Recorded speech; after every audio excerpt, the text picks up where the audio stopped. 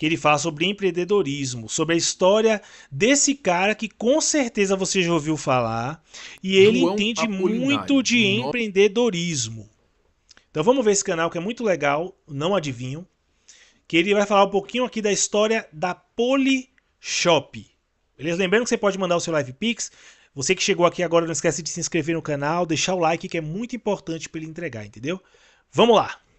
por trás da Polishop, a empresa que virou sinônimo de vendas na TV, dominou o varejo, surfou antes de todo mundo no e-commerce e chegou a faturar mais de R$ 1 bilhão por ano. Massageador, airfryer, produtos milagrosos, se vendia na televisão, a Polishop estava lá. E Apolinário virou referência absoluta de empreendedorismo a ponto de se tornar um dos tubarões mais conhecidos do Shark Tank. Só que essa história de sucesso começou a desandar feio. Crise pesada, fechamento em massa de lojas, recuperação judicial, dívidas milionárias, briga societária e credores numa verdadeira caça ao dinheiro. A empresa, que já teve mais de 300 lojas, hoje luta para sobreviver, e o próprio João Apolinário passou de bilionário da TV a empresário com bens sendo penhorados pela justiça, lancha, moto, imóveis, relógios de luxo, tudo na mira para tentar cobrir uma dívida que passa dos 350. É isso que a galera não entende, tá ligado? Muita gente não entende. Investir, empreender. Ah, porque o cara é rico. Você vê lá no Instagram, vê o cara. Ah, ele é rico, ele é milionário. Velho, o risco que o empresário assume é gigantesco. Então, se você tá chorando aí em casa porque você tem uma dívida, tenho uma dívida, eu sou pobre, eu tô apertado. Saiba que tem bilionários, todo bilionário deve geralmente pelo menos alguns milhões, tá? Quando não deve, muito mais. Geralmente, quem é milionário ou bilionário deve muito mais do que o que tem. Empresas no Brasil, principalmente, para funcionar, tem que andar alavancada. Tem que andar com muito dinheiro. Então, se você é pobre e você está devendo dinheiro ali, mas você está devendo pouco, aí você tem que se envergonhar, porque você realmente fracassou. Você, tá ligado? Você não consegue nem. Provavelmente, se você está devendo muito pouco, sua vida é ruim. Diferente desse cara aqui, ó. Ele tá devendo bilhões. É muito mais do que você tá devendo, por exemplo. E provavelmente é muito mais também do que ele tem de patrimônio. Você tá entendendo? A diferença dele para você é que ele conseguiu colocar esse dinheiro para girar e colocar a mão nesse dinheiro e gerar esse dinheiro. E você não conseguiu. Então por isso que você não deve tanto quanto ele. Então, é ilusão a pessoa achar que porque o cara é rico, o cara não tem dívida, e porque o cara é pobre e tem dívida, ele fracassou. Então, pense, não é que você não deva fazer dívida. Você pense na dívida que você vai fazer. O que ela vai te gerar? Porque com certeza ele deve bilhões, mas esses bilhões geraram outros bilhões para ele. Ou milhões, pelo menos.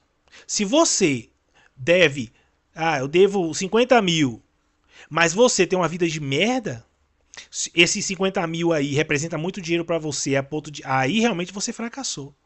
E vai ser difícil você pagar esses 50 mil. Mas se você, por uma crise, coisa e tal, aconteceu isso, aí quer dizer que você é um vencedor. Porque você provavelmente você conseguiu chegar num patamar em que, pô, suas dívidas é milhão, entendeu? Pô, quer dizer que você é uma pessoa que movimenta milhões. Porque ninguém vai ficar devendo esse dinheiro porque quer.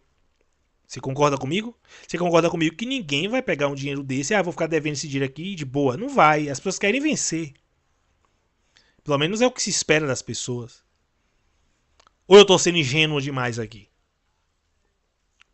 Milhões de reais. E no meio disso tudo surgem acusações ainda mais pesadas, fundos caixa preta, dinheiro blindado na Faria Lima e uma guerra judicial digna de filme. Mas como que um dos maiores cases de sucesso do empreendedorismo brasileiro foi parar nessa situação? A gente vai entender melhor no vídeo de hoje. Eu sou o Marcelo Milos e depois da vinheta eu te conto.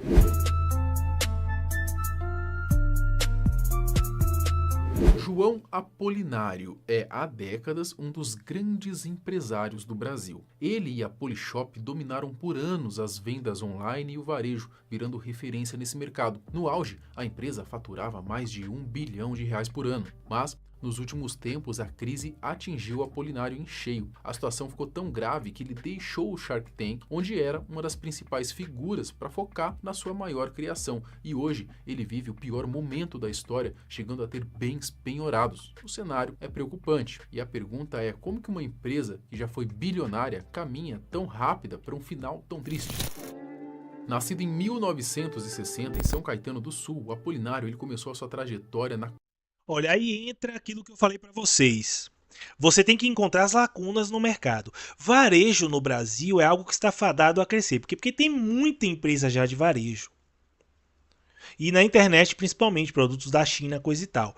Ele quis fazer o quê? Bem, vende muito na internet coisas baratas. Vende muito nas lojas coisas baratas. Vou ir pela lacuna, o quê? Produtos caros. Produtos de alto valor. Certo? Só que qual o problema dele? Ele quis vender produtos de alto valor para pobres. Eu não conheço ninguém que tem condições que compra na Polishop, me desculpe. Eu não conheço, eu só conheço o pobre que compra naqueles carnês, sei lá, os parcelamentos dele, sei lá, que dá promoção. Ou o cara compra e vende para os outros um produto porque virou afiliado. Eles fizeram meio que um marketing multinível ali. Pô, eles quiseram vender produtos de qualidade para pobre, meu amigo. Você não vai conseguir. Então, eu acho que qual o problema da Polishop? Não é que é uma empresa ruim, é uma empresa revolucionária. Ela é tão revolucionária que o mercado não está pronto para ela. O mercado brasileiro não está pronto para ela. Aí tá aí quebrando, falindo. Entendeu? Concessionária de automóveis da família. O João, ele empreendeu muito cedo, seguindo o exemplo do pai. No início, investiu em coisas bem aleatórias, mostrando que já tinha esse perfil de explorar diferentes mercados, algo que depois veríamos na Polishop. Uma das principais apostas foi um ringue de patinação no Guarujá. A cidade ele já conhecia porque passava férias na infância e esse negócio de patinação estava na moda na época, mas o negócio acabou sendo um fracasso. Além disso, ele colocou dinheiro em uma confecção de um primo que precisava de ajuda. Como nada deu certo, ele decidiu voltar a trabalhar com o pai na concessionária. Depois dessas tentativas em setores como confecção e lazer, o João ele percebeu uma oportunidade promissora ao retomar de uma viagem aos Estados Unidos com um kit de emagrecimento chamado de 7-Day Diet. Apesar de especialistas e investidores afirmarem que o produto era caro para o mercado brasileiro, ele decidiu vendê-lo pela televisão e por telefone, e 3 anos após o lançamento já tinha vendido centenas de milhares de kits de emagrecimento ainda no fim dos anos 90. Com dinheiro em caixa e experiência acumulada, o João ele pensou, se anunciar na TV funciona, por que não expandir isso? Foi assim que nasceu a Polishop entre o fim de 1999 e... Olha, eu já estou começando a ter um mindset aqui. Estou tendo um mindset, estou entendendo já, começando a entender por que ele tá quebrando. Ele apostou na TV. Nos anos 2000, não é isso? Ele falou ali? Ele apostou na TV. É quando a TV era forte, era alta. A audiência era tudo na TV. Hoje o que está bombando é a internet, a rede social. Eu acho que ele não conseguiu. Se eu não me engano, a Polishop tem até um canal dela de TV. Então eu acho que ele não conseguiu se adaptar e migrar, fazer essa transição de TV para internet. Porque hoje em dia, um produto para vender muito na internet, ele tem que hypar. Até capivara tá vendendo bem hoje porque hyparam a capivara. Então estão vendendo tudo de capivara. Então ele, primeira coisa, ele errou porque ele continuou na TV em vez de ir para a internet. Pelo que eu estou entendendo aqui, pelo que eu estou vendo. Certo? Porque o foco dele era a TV. Opa! Ou seja, o segredo da Polishop em vender tanto era a TV. Agora tem que ser a internet. Será que ele investiu na internet como deveria? Pelo que eu sei, não. Pelo que eu sei, ele investiu em negócio de marketing multinível, tipo Herbalife, tipo essas paradas aí que parece até pirâmide, e não investiu em afiliados, gente para vender na internet, coisa e tal.